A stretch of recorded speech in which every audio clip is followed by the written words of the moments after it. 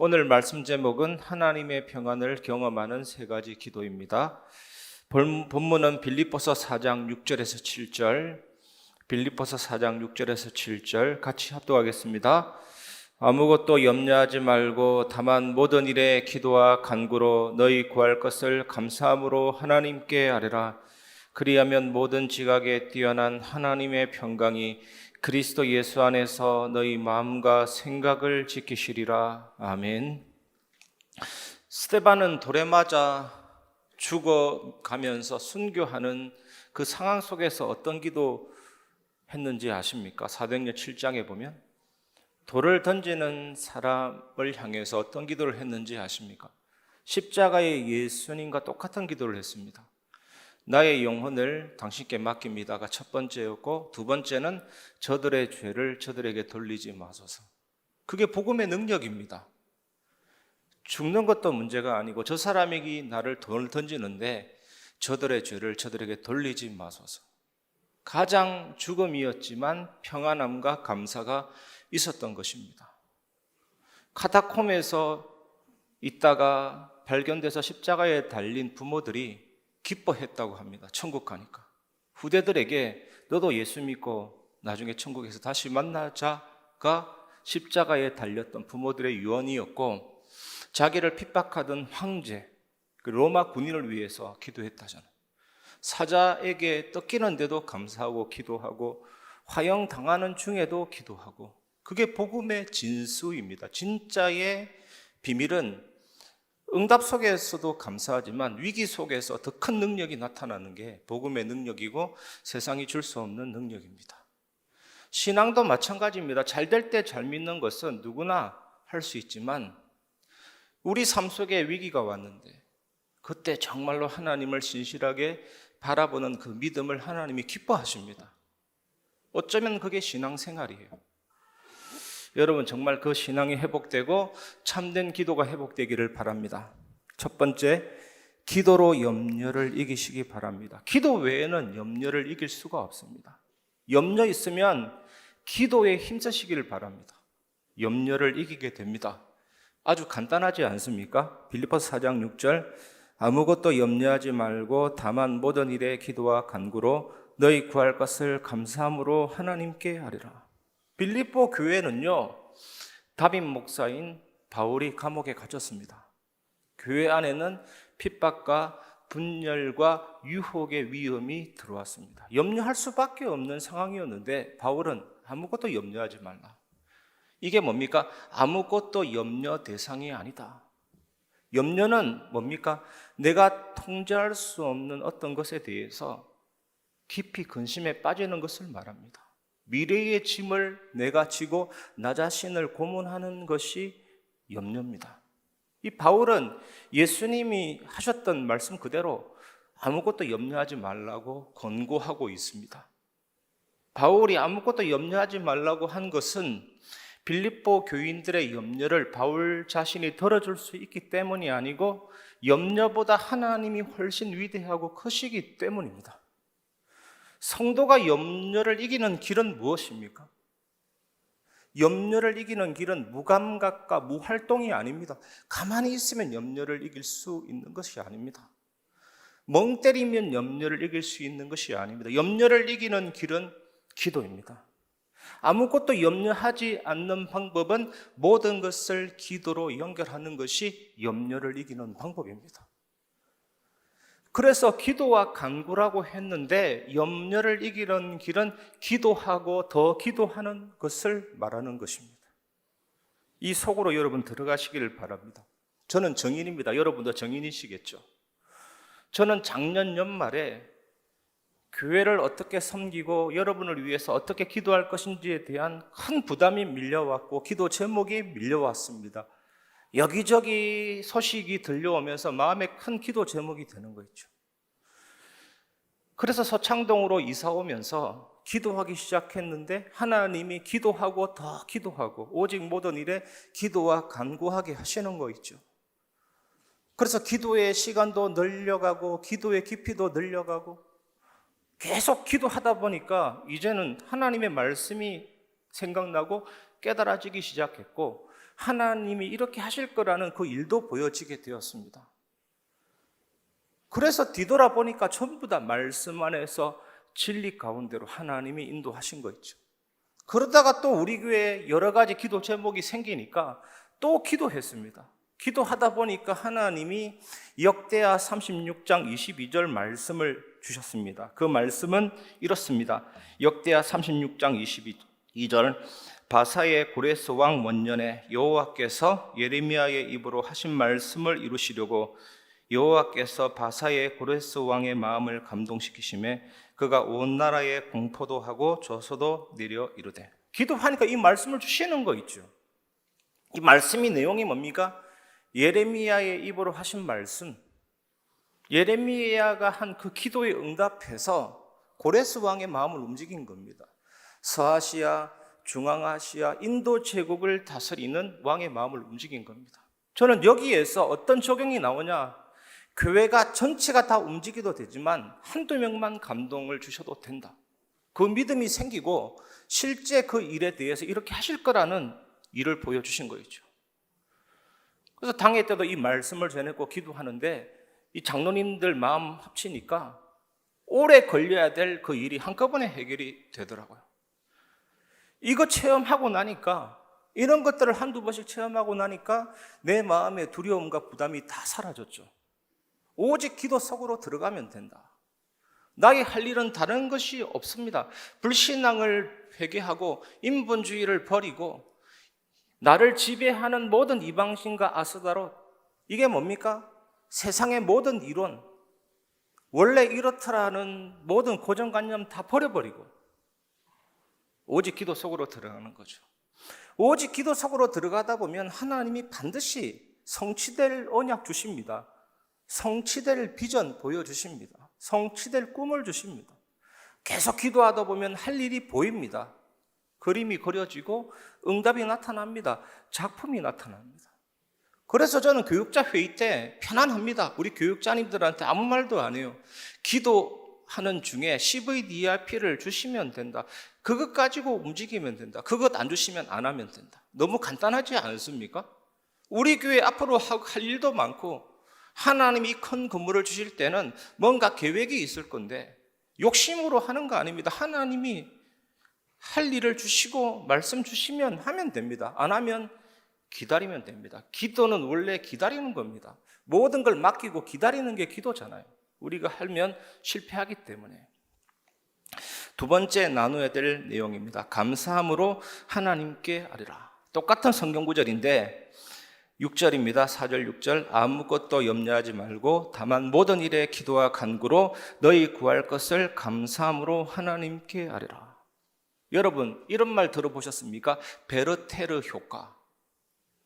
베르테르라는 이 단어는 괴테가 지은 젊은 베르테르의 슬픔, 그 소설에 나오는 주인공 이름이 베르테르입니다. 이 베르테르가 한 마을을 방문했는데 롯데라는 여성을 사랑하게 된 겁니다. 그런데 이 롯데라는 여성이 알베르토라는 정혼한 남자가 있습니다.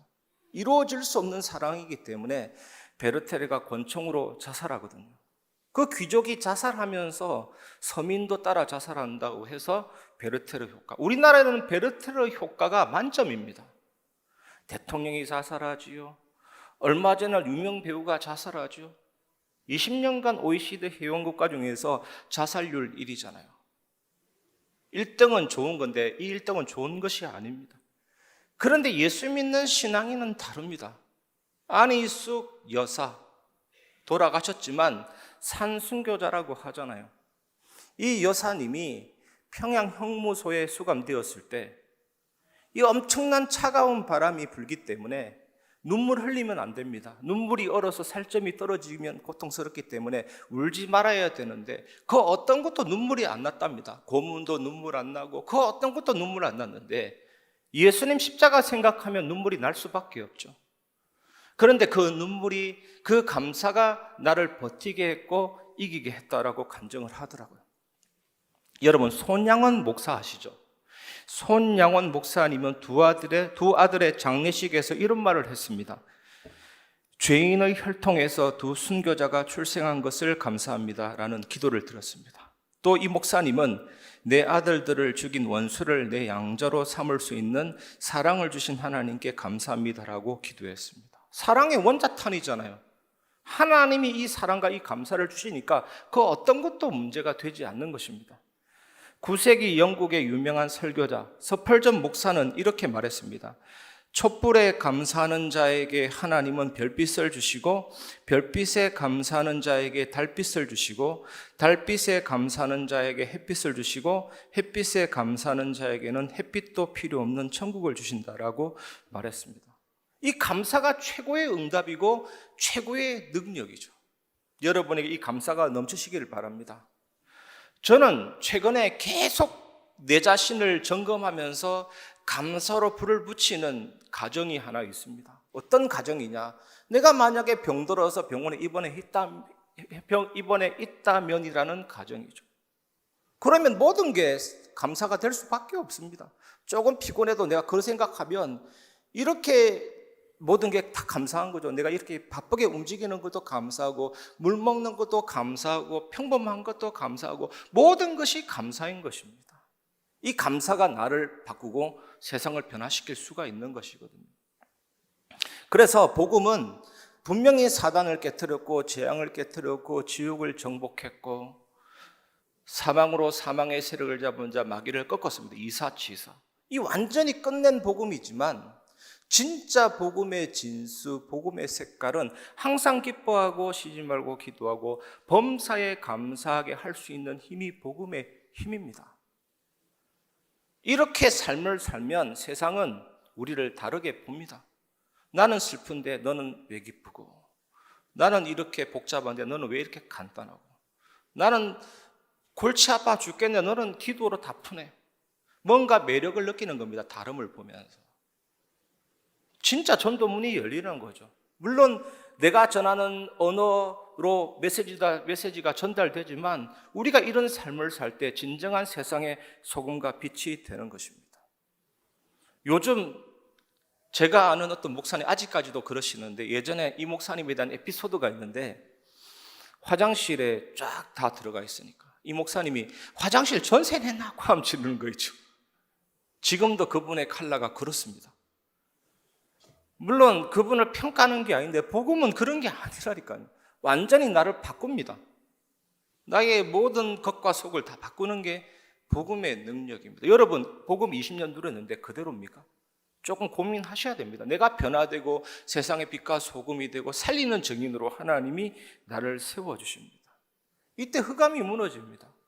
물론 우리가 영권으로 무너뜨리고 예수 이름으로 무너뜨리지만 내가 정말 낙심된 상황인데도 감사하고 객관적으로 누가 평가해도 절망인 상황인데도 찬송이 나오고 응답인데도 자만하지 않고 그게 영권입니다. 어떻게 이런 사람을 무너뜨리겠습니까? 그게 절대 망대죠. 망대가 뭡니까? 힘있게 자신 있게 핏대 세우는 게 망대가 아니고 어떤 상황에서도 복음 때문에 괜찮은 게 망대입니다. 그래야 그 사람은 세상을 살립니다.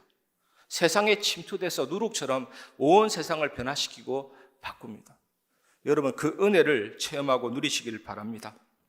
세 번째 기도는 마음과 생각을 지키시리라. 이 사실을 누리는 기도입니다. 빌립보서 4장 7절입니다. 그리하면 모든 지각에 뛰어난 하나님의 평강이 그리스도 예수 안에서 너희 마음과 생각을 지키시리라. 여러분 네피림 시대가 왔고 흑암 시대가 왔지만 가장 치열한 영적 전쟁터는 여러분의 마음과 생각입니다. 여러분의 마음과 생각이 치열한 전쟁터라니까요. 여러분 우리가 스스로 생각을 다잡고 위안거리를 찾음으로써 내 마음의 평온을 달성할 수가 없습니다. 여러분 자신을 볼 때 잘 알고 계시잖아요. 우리 감정이 평안했다가 갑자기 불안해지기 쉬워요. 우리는 그렇습니다. 내 생각이 명료했다가 갑자기 혼란스러워진다니까요. 그게 인간입니다. 우리는 정말 치열한 전쟁터가 마음과 생각의 전쟁터입니다. 그것부터 이기십시오, 여러분, 복음으로. 하나님이 우리 마음과 생각을 지키지 않으면 절대 평안함이 올 수가 없습니다. 그래서 모든 지각에 뛰어난 이 부분을 해석하면서 요한 칼빈은 이렇게 말했습니다. 깊은 절망에서 희망을 보고 극심한 가난에서 부유함을 보고 극도의 연약함 가운데서도 포기하지 않는 불굴의 정신은 인간의 마음에서는 불가능하다 단언했습니다. 어디서 나옵니까? 하나님의 평강. 이 하나님의 평강은 인간적인 모든 한계를 초월하는 평강입니다. 누가 봐도 너는 슬픈데, 누가 봐도 너는 객관적으로 절망적인데 왜 그런 깊은 평안함이 있느냐? 그게 세상의 질문입니다. 풍랑이 일어나서 배가 뒤집히는 상황인데도 예수님은 평안하게 주무셨잖아요. 예수님은 이런 평안을 압축적으로 보여주신 것입니다. 사도 바울이 감옥에 있는데 그 평안을 누린 것입니다. 그래서 빌립보서 4장 4절에 보면 주 안에서 항상 기뻐하라. 내가 다시 말하노니 기뻐하라. 감옥에서 감옥 밖에 있는 사람한테 기뻐하라. 다시 말하노니 기뻐하라. 제가 예전에 수원 구치소 사역 1년 정도 했었거든요. 이왕엽 씨라고 한국에서 경제사범으로 필리핀에 도망가 있는데 그 어린 딸이 있는데 갑자기 경찰이 들이닥쳐서 이 사람 한국으로 끌려온 겁니다. 부인은 이혼하려고 그러지 어린 딸은 눈에서 아롱아롱 거리지. 얼마나 절망적입니까?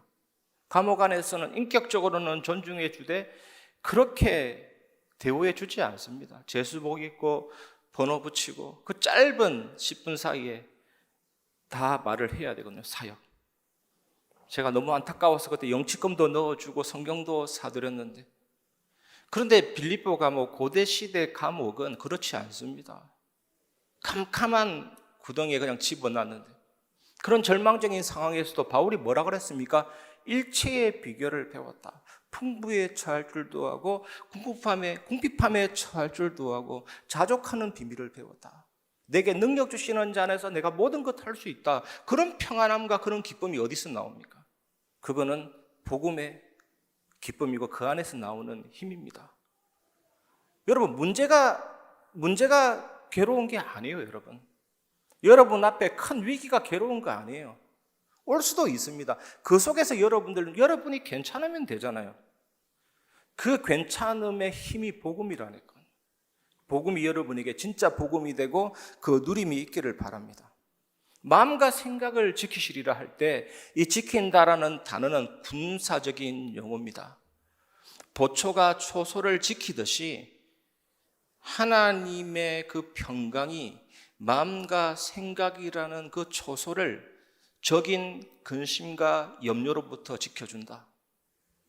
그러니까 평안한 겁니다. 감사한 겁니다. 저는 요즘에 이걸 조금 체험하다 보니까 정말 치유가 되는 것 같아요. 맨날 스트레스 받고 열받으면 혈압 오릅니다. 요즘 혈압 오를 일이 없어집니다. 평안함입니다. 저는 정말로 믿는 게 가장 오래된 과학이 믿음입니다. 믿음으로 치유될 수 있는 병의 분야가 엄청나게 많아요. 제가 다음에 소개해드리겠습니다. 엄청난 저명한 학자인데 쫙 적어놨는데 나의 모든 질병이 그 안에 다 있는 거예요. 여러분의 모든 질병이 그 안에 다 있어요. 믿음으로 해결할 수 있습니다. 거기에다가 호흡도 도움이 되니까 호흡도 하고 그러는 것이 사실은 진짜 핵심은 믿음 아닙니까? 복음 아닙니까? 그 믿음이 모든 것을 이기고 고칩니다. 저는 이번 주 월요일 날 왜 그런 때 있지 않습니까? 아무 일 없는데 갑자기 딱 마음에 부담감이 오고 불신앙이 딱 들어오는 거 있죠. 그런데 정말 영적인 싸움은 초스피드 싸움인 게 그때 주님 바라봤는데 성령께서 얼마나 빠르게 작업하시는지 강단 말씀 생각나게 하시고 그 본문 말씀 생각나게 하시고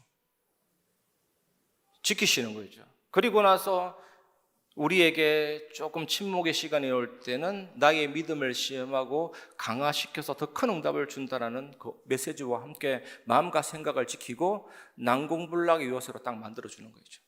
우리 안에 임마누엘 왕자 계십니다. 내 영혼의 성을 그 누구도 무너뜨릴 수 없습니다. 눈으로 귀로 오만 감각으로 사다리 밀고 들어와도 내 안에 계신 예수 그리스도 그 누구도 이길 수 없습니다. 그 성령께서 말씀과 함께 내 마음과 생각을 난공불락의 요새로 지켜주십니다.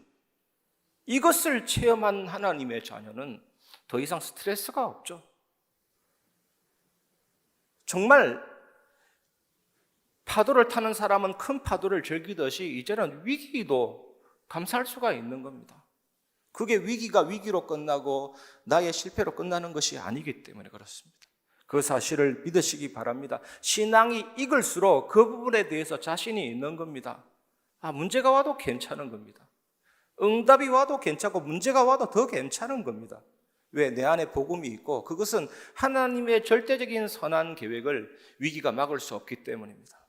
그 사실을 믿으시길 바랍니다. 이 축복 누리는 기도 속으로 들어가시길 바랍니다.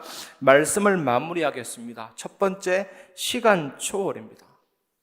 기도는 단순히 내 요구를 아뢰고 내 간구를 아뢰고 나의 감사를 표현하는 차원이 아니고 나의 과거라는 시간, 현재라는 시간, 미래라는 시간, 그 안에 모든 포함된 것들을 하나님 손에 맡기는 게 기도입니다. 그리고 두 번째, 공간 초월입니다. 하나님은 무소부재하시고 어디든지 계시고 기도하는 자의 기도와 그 마음을 들으십니다. 하늘에 올라가도 계시고 바다 끝에도 계시고 그 하나님과 동행하는 모든 장소가 기도입니다. 그 사실을 누리시길 바랍니다. 세 번째, 영적인 연결입니다. 기도는 단순히 하나님 앞에 여보세요, 헬로 말을 거는 것이 아니고 하나님과의 영적인 교감이고 영적인 교제가 기도입니다. 그래서 이 기도라는 시공간 제약을 뛰어넘는 비밀로 하나님과 연결되면 그때부터 벌어지는 게 성삼위 하나님의 역사입니다. 저는 확실하게 믿습니다. 성삼위 하나님이 내 안에서 가장 하시고 싶은 일은 나의 영을 살리는 거다. 나에게 하나님의 형상을 점진적으로 회복시키는 거다. 나의 무너진 삶을 에덴으로 바꾸는 거다. 그 관계 속에서 하나님의 응답을 체험하고 시공간 초월은 반드시 기도의 비밀 중에 핵심이거든요. 그걸 체험하고 세계 살리는 2,30 사는 빛이 되게 하시고 목회자, 중직자, 렘넌트 살리게 하신다. 그리고 흔들리지 않는 절대망대가 되게 하시고 이 믿음이 가지고 있다면 공긴 곳에 잡은 흑암이 무너집니다. 치유되고 내 마음에 감사가 넘치기 때문에. 그리고 하나님이 성취될 언약과 비전과 꿈, 그림, 작품 주시고 이제는 하나님이 성령 충만함으로 오력을 주시죠. 그리고 나서 우리를 기도의 여정 속으로 딱 이끄십니다.